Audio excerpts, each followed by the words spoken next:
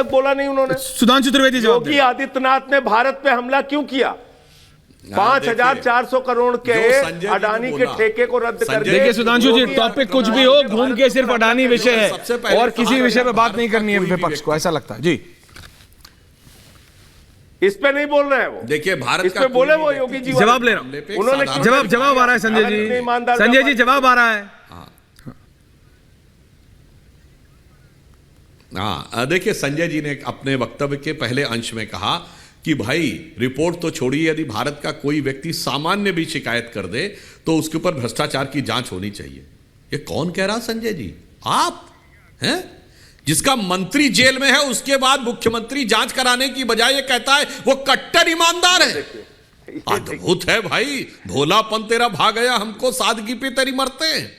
ऐसा भोलापन दे के चक्कर देना चाहेंगे जिनके मंत्रियों पे ताबड़तोड़, जो जेल में है वो कट्टर ईमानदार। भारत के इतिहास में अद्भुत उदाहरण। अरे भाई इतना तो ममता बनर्जी ने भी कर दिया कि जिनके जिस मंत्री के निकटवर्ती के यहां अगर पैसे बरामद हो गए तो मंत्रिमंडल से इस्तीफा हो गया, पर आपके यहां जलवे से जलवाए जलाल से सरकार चलाने वाले भ्रष्टाचार के आरोप के व्यक्ति को, भ्रष्टाचार का दोस्त अडानी भी जेल जा चुका है भैया। पार्टी के लोग कैसा दोहरा चरित्र, केतन पारिक के साथ घोटाला कर चुका है मोदी जी का दोस्त अडानी। इन्होंने कहा कि मोदी जी ने घूम घूम कर इनको ठेका दिला दिया। अब मान्यवर अपने अपने टर्न पे बोले, दर्शकों को ज्यादा बेहतर समझ में आएगा। कह रहे मोदी जी ने फला देश में ठेका दिलवा दिया, ढिमा देश में ठेका दिलवा दिया। पिछले वक्तव्य में ऐश्वर्य जी क्या बोले थे? ये कौन सी रिपोर्ट है जो कहती है कि मोदी जी पूरे विश्व के सबसे प्रभावशाली नेता, सबसे लोकप्रिय नेता है? मान्यवर आप क्या कह रहे हैं?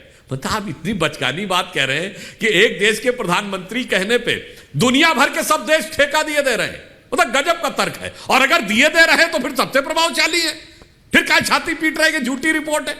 मतलब दो तर्क देखिए अपने एक दूसरे कैसे काट रहे हैं।